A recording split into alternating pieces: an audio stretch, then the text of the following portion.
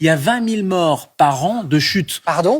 Oui, 20 000 morts, 6 fois plus que les accidents de la route. Ce qui est assez délirant parce qu'on a l'impression que c'est anodin, etc. Non, c'est une des premières causes de mortalité chez les seniors notamment. Et surtout, ça augmente. On va me dire vieillissement de la population. Oui, c'est vrai, mais en tout cas, il y a une augmentation et il faudrait le prendre en compte. Du coup, pour nos téléspectateurs qui ont des parents âgés ou peut-être qui en souffrent, on s'inquiète à partir de quand et que faut-il faire ? Des gens banalisent pas. Le fait d'en parler, c'est d'aller voir son médecin traitant quand on a peur de tomber, quand on a peur ou qu'on a des difficultés à se tenir en équilibre. Quand on n'arrive pas, on l'avait fait ici, le test de la femme en rose sur un pied. Quand on n'arrive pas à faire ça, à tenir sur un pied, ou quand on a plusieurs médicaments parce que on sait que ça va aggraver les troubles de l'équilibre, on n'hésite pas à en parler. Et évidemment, quand il y a des chutes répétées, à son médecin, il y a parfois un bilan qui est fait. Et puis surtout, c'est la prévention des chutes.